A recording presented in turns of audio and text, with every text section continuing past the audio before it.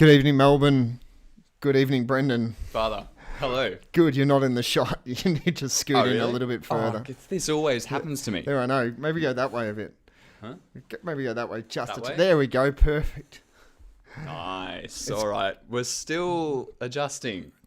But we think, touch wood, we're seeking the intercession of St. Michael the Archangel as we normally do. Mm-hmm. We think we've got it down pat. I think the sound should be a lot better than it was in previous weeks.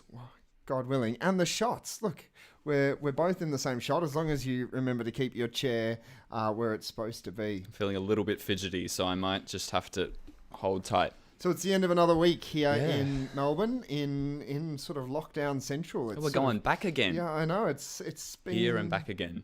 It's been a bit of a challenging week. In particular, I'm feeling for those people in the towers in Flemington and North Melbourne, who part of the poorer part of Melbourne, people who are suffering in a number of ways already. And I know a lot of young people from Melbourne who do great work with St. Vincent de Paul Society and do a lot of visiting in those towers. So that was my first thought, actually, about how are we going to look after these people whilst they're locked down, because nobody's allowed in. And I know that many people in those flats and many flats like that around the city are reliant on works like St. Vincent de Paul and other works of charity to sort of for the basics of food and friendship and sort of welfare checks. So I'm really hoping that as a society, we're going to find ways to do it. But it doesn't bode well. It was another 70 plus cases again today and 100 odd yesterday. So we don't seem to be going in the right direction, which is a little bit of a shame.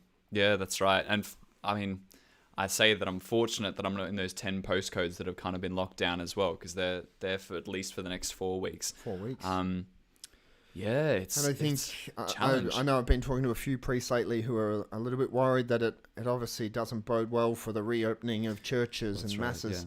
So we were obviously supposed to go to 50 a couple of weeks ago, and it's been held at 20. And we're all praying that soon enough it will go up to that 50 again. But that's right. We'll just have to wait and see at this stage. I'm thankful though that the churches are still open, like, as in we're still allowed to have 20 people. At least that hasn't been kind of wrenched back away from us.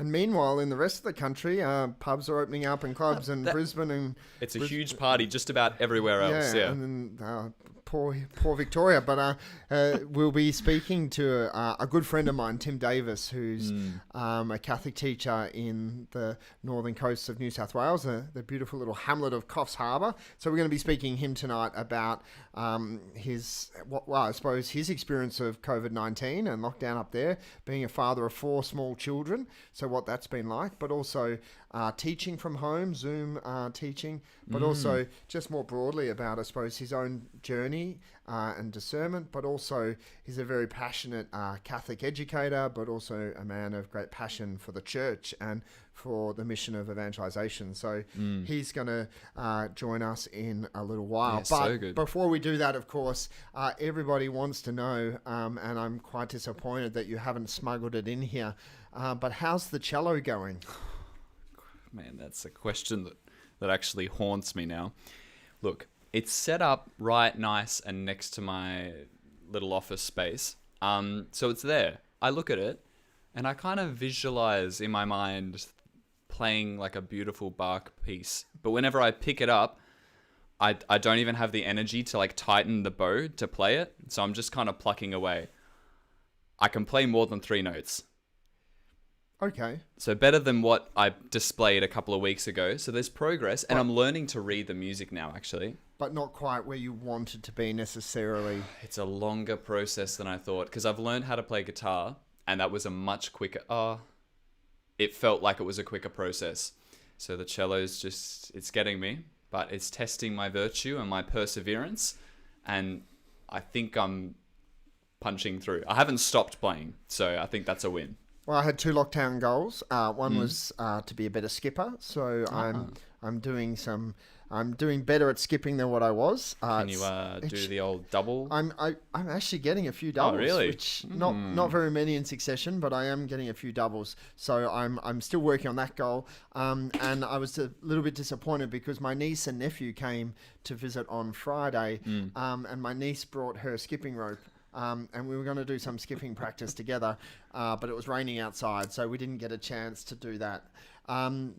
So my other COVID goal, which we were able to do, was board games. So be really interested if you are listening live this evening on YouTube. If you had any COVID goals that you were working on, make sure you drop them into the com box and let us know how you've been going. For most of us, it's sort of week 15 or so of our time in sort of lockdown or semi-lockdown. Right. So have you used this time to do something good and to achieve something, or have you just made big goals for yourself like a cello and not achieved it? But for me, the other one was obviously board games and being better at board games. Yeah. So I won a game of Catan. I saw during that the week, so I was very proud. Congratulations. Of that. But yeah, when my niece and nephew were here on Friday, is that who you won against? No. There was a bit more sort of sit down, kids, play some decent competition than that. For Catan, but on Friday we got out the Exploding Kittens. Oh yeah, and that's so a good one for Tom's kids. in prep, so he's 6, and Zoe's in year 7. So year 7. She's 7, so she's in grade 1. Yep. So I was trying to work out whether or not they would be they'd connect with it. Yeah, connect. But they did. They did. So we played in pairs, my sister and Zoe, and Tom and I. And I thought they were just following along sort of and laughing at the pictures and matching pairs. But Tom's clicked in. Logistical mind sort of clicked in. His critical thinking clicked in very quickly, and he knew what a diffuse card was when he stole it from his sister. And he also knew when I said to him, we exploded a few turns after that, and we diffused it. And for those of you who haven't played Exploding Kittens, the aim of the game is not to explode, but if you explode and you've got a diffuse card, you then get to put the exploding kitten back in the deck, and you get to hide it strategically in any place. And I didn't know whether Tom in prep had quite worked it out yet, but I leaned over and said, no, so where do you want to put it? We can put it wherever he likes. And he whispered into my ear, put it on the top. And at this point, I thought my nephew is either going to be a genius or a criminal mastermind. That's right. But they don't own a cat, do they? They don't own a cat. Yeah, no. we'll see. That might be a different story if they did. But so we then did move on to your favourite, which is Throw Burrito. Oh, yes. Which they must have liked that more. They enjoyed that one as well, especially Just when they got much. to throw something at their uncles. So I'm working my way up through my COVID goals. That's it. So, you're one step closer to Dungeons and Dragons, father. No, next pandemic perhaps. So bring it on. The segment that has just gone through the roof, if you know what I mean. We've seen our podcast ratings just fly since we introduced Brendan's top 5 at the top of the show each Wait, hold week. On. Brendan's top 5. We're still waiting for the next week. We'll have the graphic and the sound effect. That's how we're going. So Brendan, yes. The top 5 for this week is applications. Right. So phone apps. Phone apps. Okay. So these are the top 5, and I was kind of thinking, how do I categorize this? And it's not the way that I'm doing it. Is that these are the apps that I use the most that aren't like, I don't know, Messenger or phone or camera. They're great apps, fantastic, but they don't make for a very entertaining top 5. So these are sort of, I don't know. Good, useful apps that I use. Good, useful apps. Okay. If you are listening live tonight, make sure you drop in the com box one of your top 5 apps, your most used app or the most useful. Brendan, we always go from 5 to 1. We go 5 to 1. And I'm really sorry, Olokwe and Jerry, TikTok is not in this top 5. And Father Nick, despite my encouragement, has not yet jumped on TikTok. I'm not on TikTok either, so I probably shouldn't be pointing the finger. So top 5. Top 5. Number 5. What was top 5? It's your list. It's my list, and it's in my brain, but it's on my phone just in case as well. Top 5. Number 5. Audible.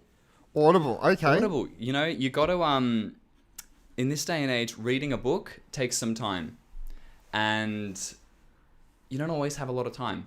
But when you're driving, which I do a bit of driving, Audible is a bit of a savior. Get some knowledge in. Listen to some good books. Okay. So Audible's number 5. Do you agree with that? Do you use it? I don't use it. I think it was one of those ones that I sort of downloaded and never really used. Did you get your free audiobook? You get one free one on the sign up. Yeah, I think we've had this conversation before our podcasts. If I'm just listening to a podcast or perhaps podcasting and walking, but I can't drive and podcast and I can't. That's right. I need to focus, and I think it's the same with Audible. Yeah, that's fair enough. All right, that's number 5. Number 4 is Google Maps. Look, that probably should have gotten discounted, but I was really thinking about it. Google Maps is the biggest savior of my entire existence from getting to places. If I had to use... What was it before? I don't know. Melways. Oh, come on. What?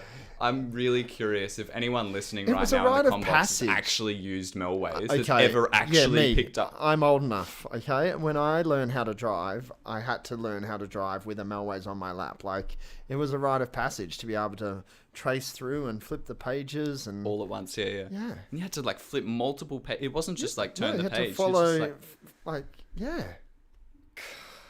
Yeah, Google Maps. It has been a bit of a life changer. You use Google Maps, surely. I do use Google Maps. Who doesn't use Google Maps? No, Google rules the world. Yeah, that's it. Yeah, that's true. You know, you can check where you've been with Google. They keep a timeline of where you've been. It's just really exciting. It's really great for kind of like, I like flick back to months ago and I'm like, oh, that's where I went on that day. Wow. Keeps track. That doesn't fill me with great confidence. I know. It's called Google Timeline. Trust me, it's there. So do it. Google Timeline and then your username. They don't really publicize it for obvious reasons, but it is there just in case you want to check that out. Jerry agrees with me that the Melways is a rite of passage for the backseat driver. God, Jerry, did you use the Melways? Wow. Jerry's not old enough for Melways, I don't think. Yeah, well, there we go. All right, that's number 4. Number 3 is the Nike Run Club app. Yeah, I use it all the time. Do you? Do you actually? You might. Yeah, you've been working out recently. It wouldn't have surprised me. Nike Run Club, look, okay. See, there's a couple of competitors. A lot of people use Strava. I'm curious if everyone in the Combox is using Strava, because that's pretty good. Have you heard of that one? I have heard of Strava, because you can use Strava on the bike as well. Yeah, you can use it for all the things. But Nike Run Club is just simple. I thought this was a completely different category. What were you thinking? I thought it was going to be religious and sort of... Oh, sorry. Yeah. No, this is great, but now I'm trying to rethink my list. Oh, right. So... Yeah, it's much broader than what I thought. It is broader. Okay, so we've got Audible, we've got Google Maps, we've got Nike Run Club. That's right. And then number 2, well, this is a religious one. Universalis. Yeah, okay, we've got a bingo. Yeah. I had Universalis down. Because the Divine Office, without Universalis, is just way too hard to access. Yep. You just... Universalis. It's the best $20 I've ever spent. I think it is, and there's lots of free options out there. So iBreviary, and there's a couple of others that give you access to it free, but you've got to be online and and the formatting of Universalis is just and they've really developed it over the years, and they've a lot of extra editions, and you get not only sort of the Divine Office, but also the readings for Mass. So it's your Missal and a breviary. It's even got these lovely functions now, and I think you have to pay a little bit more for them, but it has, like, it will read it to you, or especially Compline, right. it'll pray along. But yeah, I completely agree. I think for the $20 you spend, and you never have to spend anything else on it. It's well worth the money. Well worth it. But that being said, I've spent more on that app than any other, like all the other apps I've purchased combined. Yeah. It feels, I don't know, something about paying for apps just feels like wrong. Because they're free. All of them should be free. Okay. I know, but Universalis is genuinely worthwhile. All right, that's number 2. Number 1. And with my top 5, the bottom 4 don't really matter, but number 1 is number 1 for a reason. I'm really curious. Actually, do you know what number 1 is? I reckon some of my friends watching would definitely know what my number 1 is. So I don't know if they're going to catch up in time, but what do you think you know what it is going to be? For you? This is like big time. This is the app that I use. I'm basically a salesperson for it, not earning any commission, but it's like such a good app. No? I don't. Not ticking. Is it religious? Can you give me a clue? It's not religious. You know, Clara's got it. It's Habit Tracker. It's called Habit Bull, which is a habit tracking app. Habit Bull? Yeah. So the idea is that you just type in whatever habits you want to keep up, and then you just enter in at the end of the day whether or not you kept the habit up. Yep. That's it. And It's a checklist. It's notes. Yeah. That's your top. Yeah, but that's amazing. No, because then you can look back on all of your habits, and you can look back on and it gives you stats for how successful you've been, and you can set streaks, and it's been an absolute game changer for me. Does it set reminders? Yes, yeah, it does that as well. Okay. So it sets a reminder, the first one I ever put in. So it's clock and notes. It's clock and notes. Brilliant. I should develop an app. You could. I spent money on this one, actually. I spent money on this Habit Bull because it's so good. And then, yeah. No, it's really good. The first habit I ever put on was to pray the rosary every day. So it comes up with a little reminder as to giving me some encouragement to pray the rosary every day. And since I did that, any habit that I wanted to take on, including playing the guitar or playing the cello, it has successfully encouraged me to continue doing that every day. Not particularly successfully when it comes to the cello, but it's... Well, you see, I slightly adjusted the description of the habit in my thing. It said practice instrument. Right. So I generally, I've got my guitar on my right and my cello on my left, and I generally go to the guitar now. Yeah. So Audible, Google Maps, Nike Run Club, Yep. Universalis, and Habit Bull. Habit Bull. Okay, there you go. There we go. There's my top 5. I'm curious what everyone else, what your top app is. But Father, tell me, what's yours? So I had a slightly sort of religious-y list, except I see your Audible and I raise your Kindle. Ooh.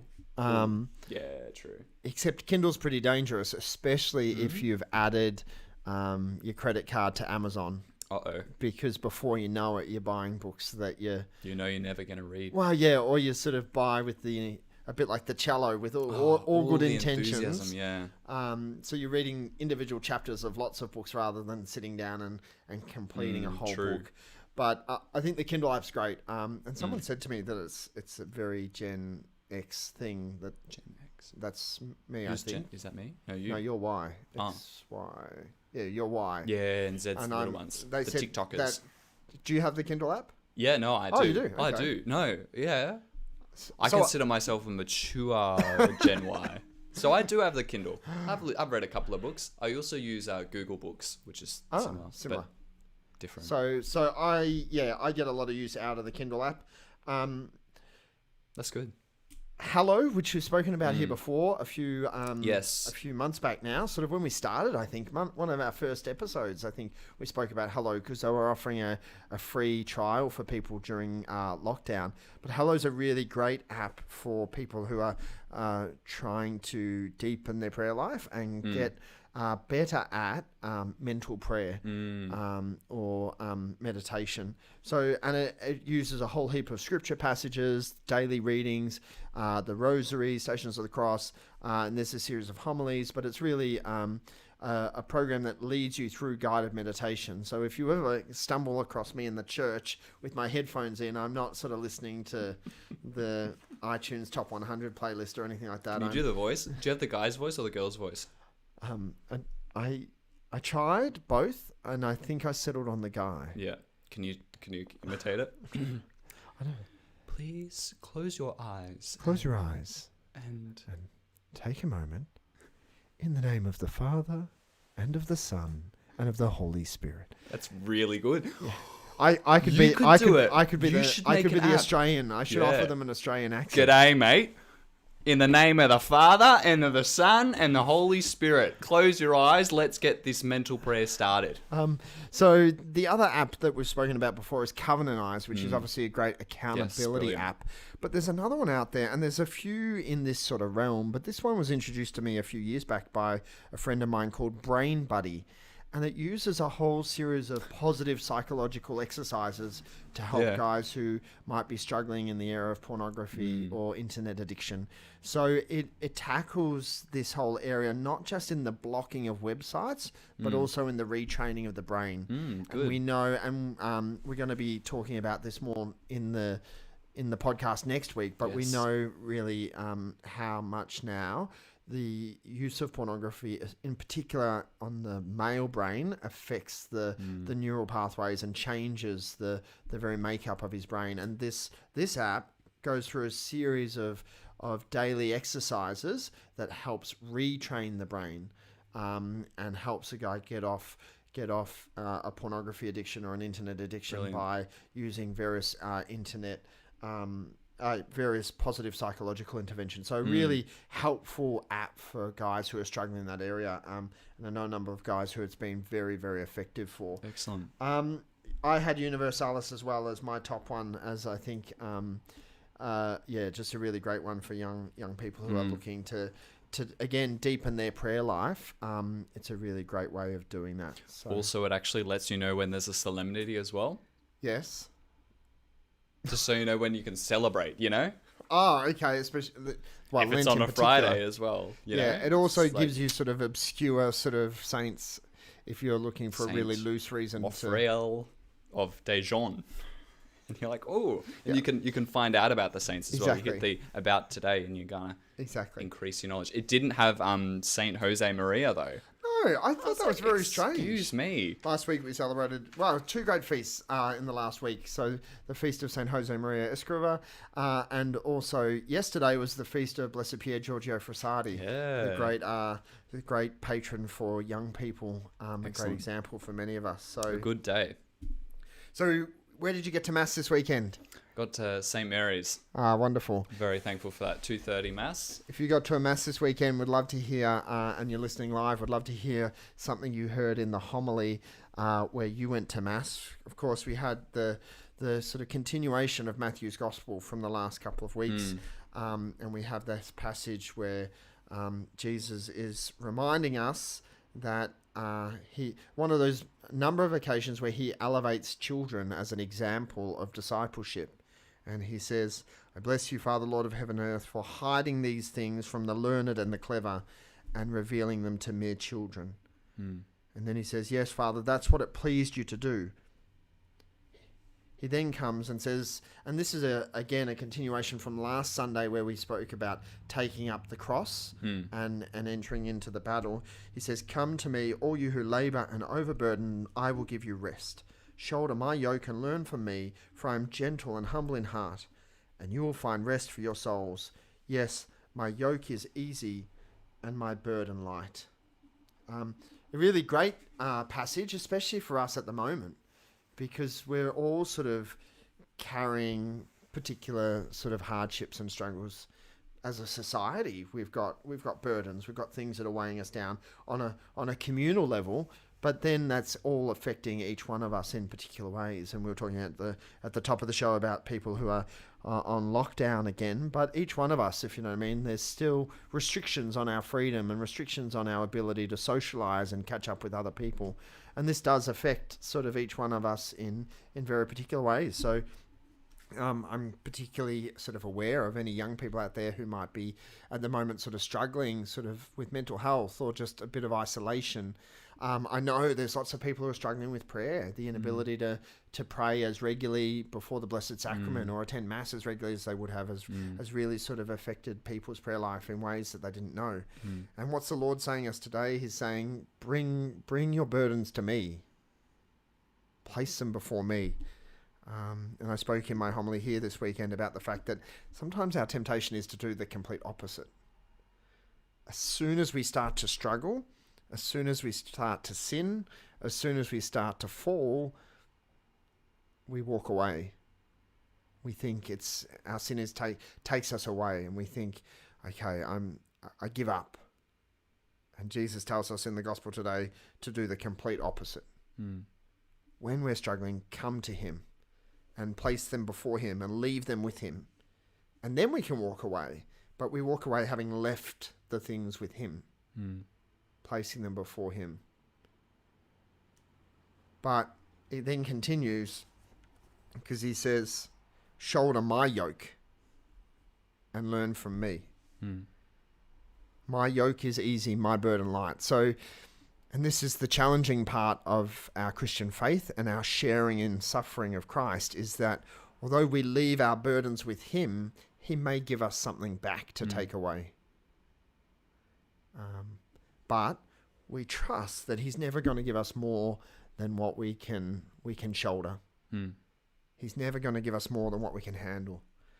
And I think I've quoted him before on this podcast, but Father Dennis Ward, the great Capuchin priest who died many years too young, said to me once, one of the temptations that we have is to look at everybody else and see how easy their life is and how little suffering that they may have, and wish to have their life.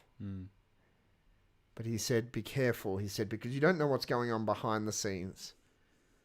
And he said, they're going to have a suffering that's going to be too heavy for you to carry. And your suffering and the struggles and the sins and the brokenness that you're dealing with, he said, well, is probably too heavy for them to carry. The Lord gives us our own share in his cross and in his suffering. And he gives us just the right amount for us to handle. And just the right amount for us to grow in and to learn from.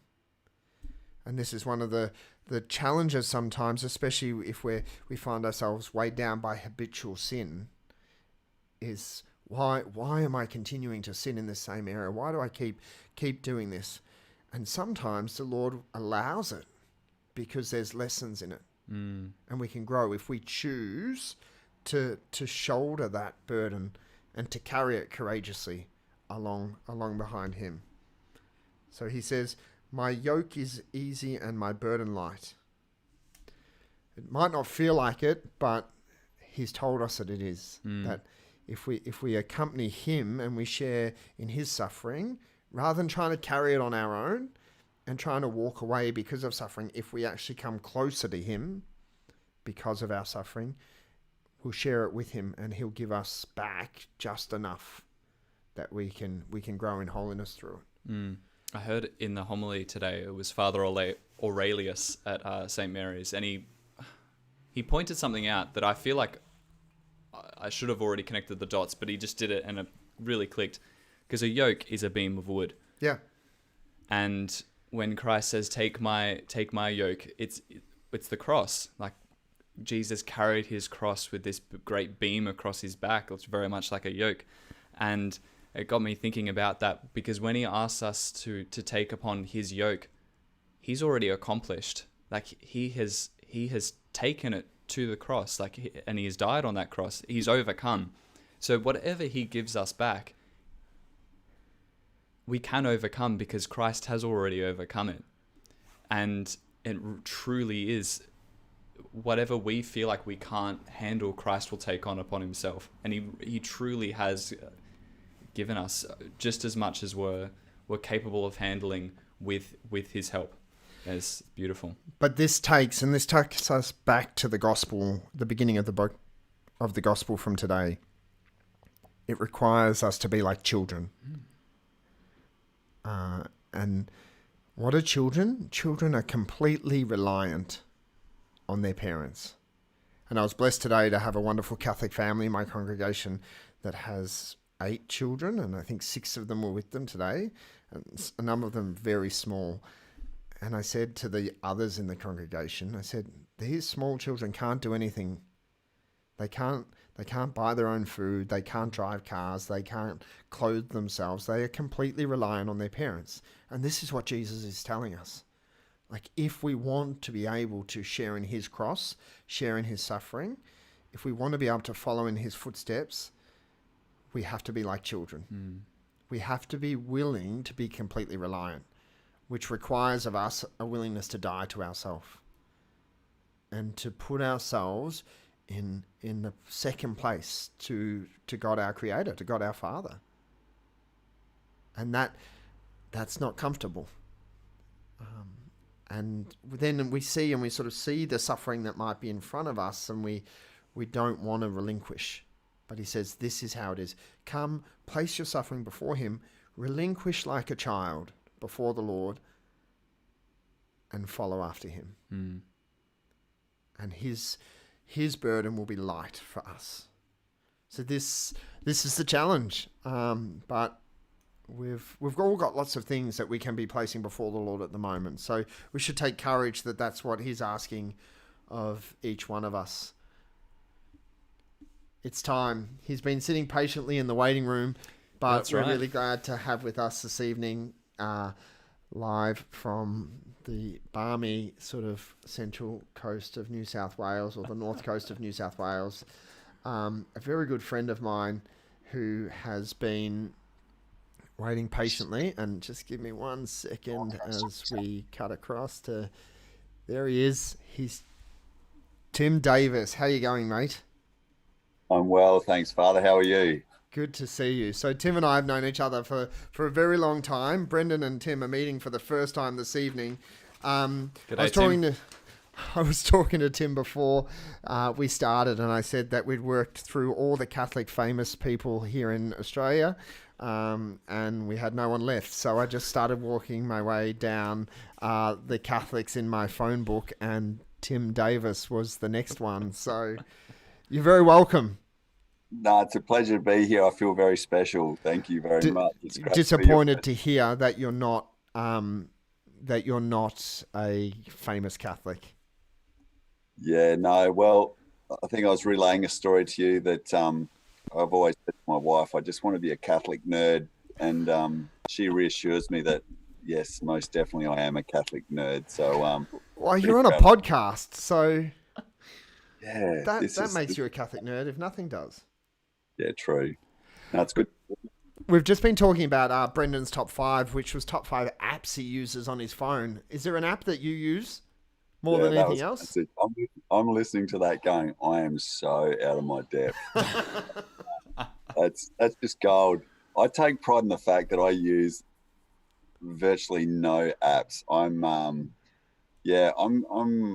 I'm pretty much trying to stay away from as much of that as I can.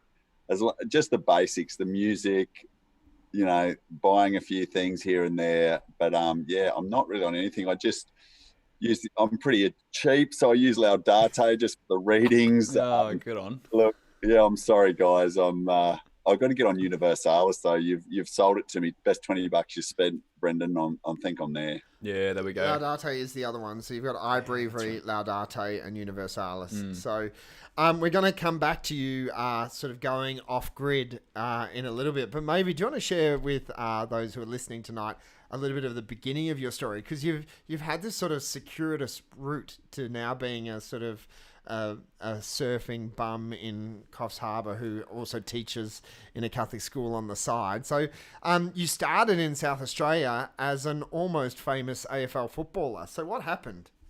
Yeah, what happened? I am a proud South Australian. I'm actually just having some of South Australia's finest tonight. I hope you don't mind. Started in South Australia, basically, from a little rural community kind of 4 hours north of Adelaide, and then boarded at school in Adelaide and was pretty keen on AFL football. And long story short, spent a very short time at the Adelaide Crows before being subsequently delisted and wondering what I was going to do with my life. But always wanted to be a teacher, I guess. I was really passionate about education and particularly kids on the margins. But was always tossing around, where's God calling me in my life? My faith was important to me. I wasn't very courageous in my faith when I was younger. I'll be honest with that. I met a good Capuchin priest one day on the steps of St. Francis Xavier in Adelaide, and he said the best place to study theology that was closer to us was, going to Melbourne.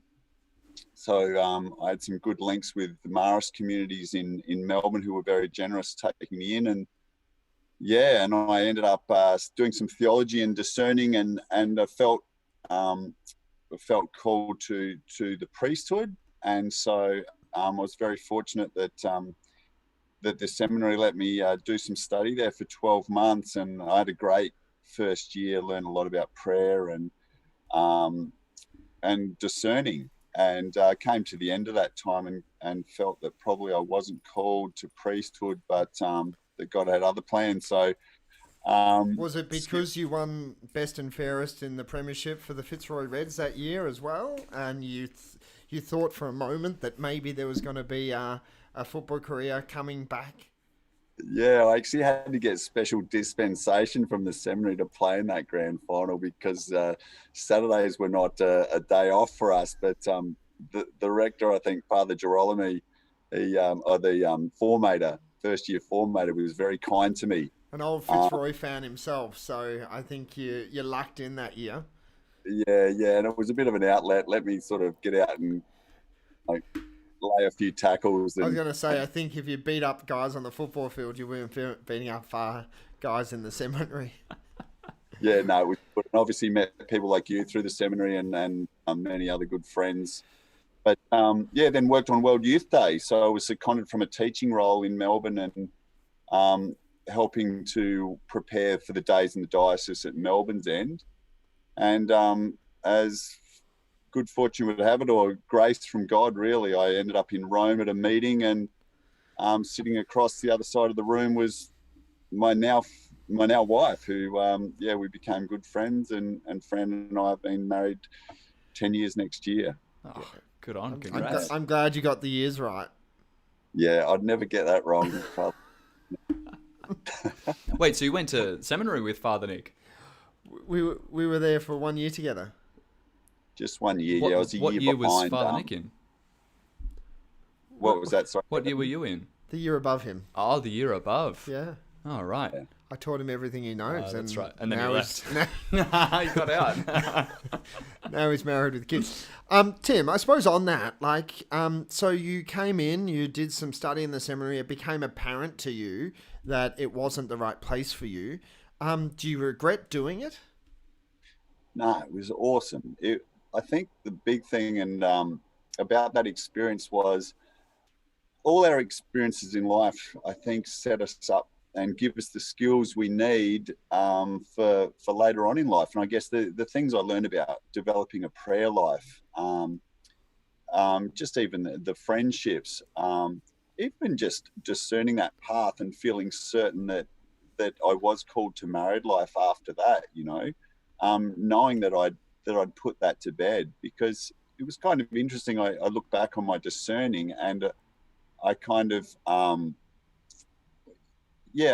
wonder, you sort of start to understand what's calling you to different things in life. And maybe I was listening to some wrong things. I had this love for the church and a real passion to serve. But then I sort of thought the only way at that stage in my life was to be a priest, because that was so desperately needed. But then later on, I've come to understand that trying to be a holy Catholic man and a father and a teacher, that's a big contribution that I can make as well. Yeah. You packed up your new wife in the back of a combi van and you drove up the east coast of Australia, and you've sort of set yourself now up in New South Wales, which I suppose providentially you're under a lot less restrictions now COVID wise than we are. But what sort of prompted the change, the sea change for you guys? And you've got four lovely children now that you're raising, sort of to run around with bare feet and teaching them how to surf. As a husband and father, was there something that made you make that change? Yeah, it's a good question. I guess Fran and I are both from rural areas. She's from Townsville originally, or regional areas at least. And me being from rural South Australia, I guess we were living in inner Melbourne, living a great, double income, no kids sort of life for the first year of our marriage. But we always knew that once we had kids, we wanted to have a bit of space for them. And I'd traveled through this area, and it's just so beautiful in terms of the natural environment. And to be honest, on our honeymoon, we came through Coffs and went to Mass the day before we drove back to Melbourne on our honeymoon. And there was this wonderful priest here, Father Paul Winter, who is a diocesan priest in our Diocese of Lismore. And I just remember Mass was just said beautifully and simply, and authentically. And I just went up and just said, thanks for mass. And he sort of looked at me quizzically and, that's what I do, mate. What's with it? And I said to him in jest, I said, I'll be back here for a job in a couple of years. And that's what happened. I ended up working for him in the Catholic parish school. So you're a secondary teacher. I've had the pleasure of actually visiting your school and seeing some of the great work you're doing up there. What's important, I suppose, about the role of teaching and being an educator, especially in the ways of faith? Yeah, I mean, I think a lot of schools would be very similar to this, where it's a real mission field, our schools. We'd probably have 4% or less practicing their faith or from practicing families, but there's still, although that's the case, there's a real hunger amongst the kids. They know that the things of this world don't satisfy them. And when they get given the fullness of faith authentically and no punches pulled, the difficult, the challenging of following Jesus, as well as, the beauty and the richness of it, they're really attracted to it. So it's been great that we've got sort of a pretty committed team. And the previous bishop, before our current Bishop Gregory, actually did a lot of the groundwork and established some pretty strong systems in our schools, which made it an attractive place to teach. So, and I just think trying to model being a good husband, a good father, a good man, I think, amongst a generation of kids who, one of the biggest wounds amongst our kids is absent parents, and particularly absent fathers. So, I've learned a lot from a lot of fathers that I've encountered, and I'm hoping that maybe through those experiences I might be able to share things with some of the students I work with. Sometimes we, as Catholics, get a little bit prideful and think that we have to sort of recreate the wheel and create everything ourselves.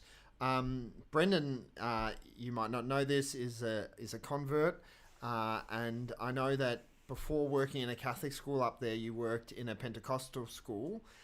Was there anything that you learned from that experience that you saw that they were doing really well that we could be sort of just doing better in our own Catholic schools? Yeah, look, it was actually a non-denominational Christian school, and it was a great experience for me to work 12 months. Pretty much, I worked there for the whole of the 12 months before starting in the Catholic school. And look, I just learnt so much. I mean, I walked in there. My first day was, in the PE office, and they grilled me before the actual principal and deputy. But when I handed in my application just to teach casually, they grilled me about my faith. Like, do you really buy in? Do you believe? And I was really impressed. They sent me home with 3 hours of paperwork, which most people don't bother doing, and they never hear from again. But I did it, and they gave me a half day work in the PE faculty. And I remember going in, and the first thing the head of PE said to me was, "Welcome, Tim. Where do you go to church?" Mm. And I was just so impressed that would come from the head of PE. And I think the thing about it is that they wanted to offer a really good education, but they weren't worshipping the God of Atar. They were more concerned about being authentically Christian than gathering huge numbers or building more schools. And prayer was really central to that school. And I just remember thinking, like, I always was passionate about getting back involved with Catholic Ed because, that's what I wanted to contribute to. But I just remember thinking, man, if we ran Catholic schools like this, we'd be dangerous. It's like, it would be awesome. So I just took copious notes. And yeah, I've just tried to implement many of those things as I can. Tim, in my experience, as Father Nick said, I'm a convert, but I also went to a non-denominational Christian school. And when I reflect on my time, it was called Heathdale Christian College. It was in Hoppers Crossing in Melbourne. It was amazing. And I think it was that very fact that all of the teachers were practicing their faith. And I think it really gave it an integrity, knowing that all of the teachers were kind of on board with that. That and absolutely the focus of the faith being like a really integral part throughout all of the other subjects is kind of like, it's like the fuel behind it. And when I kind of talk to my friends, my Catholic friends who went to Catholic schools, they don't experience the same thing. So you said you took some notes. What would you say is some things that we really need to start implementing in our Catholic education? See, I asked the question, you ducked it, and he's just come in with the sort of the 1-2. So I don't mind. I'm not going to shy away from it. I think, number one, we need to stop worrying about how big our Catholic schools are. I think we need to ride the bumps and try and be an alternative education, not try and be like the state system, and I think we need to employ committed, preferably committed Catholics who are practicing their faith. And because, the kids are going to be where they're going to be. That's our job, to evangelize the kids, but also with the support of the parents. So I think one of the things they did, which I was really impressed with, that all of their interviews, they get to the end of their interview with kids wanting to start at the school. And one of the things they did was they said, well, basically our school is the whole mission of our school is to lead your child into a deeper relationship with Jesus Christ. Are you comfortable with that? And they wait for them to answer yes, because without that support from the parents, then you haven't got the leverage, and it's kind of you're sort of banging your head against each other. So it's not good for either. So one of those things was really good. I just think how serious they were about employment. And these guys, they worked. Like, if you took a day off school because you were sick at the Christian school, they didn't just get a casual in, because they didn't just want to get anyone who might, be lukewarm in their faith. You would miss out on getting your release times to cover someone who was away sick. So, these guys were saintly in the way they worked. And it gave me great opportunities actually to have some really good conversations and debunk a lot of the Catholic myths that many of them had. So that was really good. And the other thing, I think, a really big thing, was we prayed as a staff 3 times a week, and no one missed it, and you weren't a minute late for that. So we would pray on the Gospels, we would sing praise and worship, and we'd be in these prayer teams. We were given 4 others that we would gather with and just share prayers of intentions and sit in a little cluster, on a Friday morning. So those things were extremely powerful, that I felt. And I still stay in contact with a lot of my friends I met through that school, and we encourage each other. We were talking just before we came on to you about today's gospel and the fact that Jesus asks us to take up his yoke. As being a husband and father, there's plenty of struggles and hardships, challenges. I was on the phone to you a few weeks ago, and you had to drop the call because your wife was calling. And I hear later on that your son Louis was in a bit of an accident. Can you tell us about Louis and the swing? Yeah, that was a classic. So I'm on the phone to Father Nick, and my wife calls me. And I knew she was around at some friend's place, so I wasn't too far. So I kind of bumped her call, thinking, you can't be too dramatic. Then I get a call straight back, and then a text message saying, call me. And I called her, and our son Louis was getting a bit adventurous on the old playground equipment, and managed to fall off a swing and sweetly knock 3 of his, all of his top teeth on his left side on the top row came out onto the lawn. So he couldn't have done a better job. But thanks be to God, they were his first teeth. So I ended up at emergency that night with Louis getting his mouth stitched up. Yeah. So your beard, your flannel shirt, and now you've got a toothless sort of child. Like you are going for this sort of country sort of lifestyle, aren't you? We are looking. I'm going to get myself in trouble, aren't I? Yes. Yeah. No. We love the country. No. So I suppose as a husband and a father, like, have you got any tips? Like, who knows who's listening to this, but especially for those young guys who are in relationships, preparing for marriage, how do you, as a husband and a father, sort of carry the cross that the Lord has given you, those struggles, those bumps? What helps you sort of get through and helps you lead your wife and your kids through and support them, as I'm sure they support you? You've just got to marry well. You've got to. Bonus points for you. No, I've done well. No, I'm serious in that though. Like it's funny. I always say to the kids at school, don't just marry the woman. Like I was fortunate I married the woman I wanted to marry, but also the woman I needed to marry. You know, I often say that because Fran lifts me up in my faith, and I knew myself, and I knew I needed someone who did that. And so I'm really blessed to have Fran, who sort of we keep each other honest in terms of how we're going in our faith. But also, I think one other thing I sort of talk to, say, my students about is about you're currently doing your apprenticeship for your marriage. You know, possibly many of you are going to get married.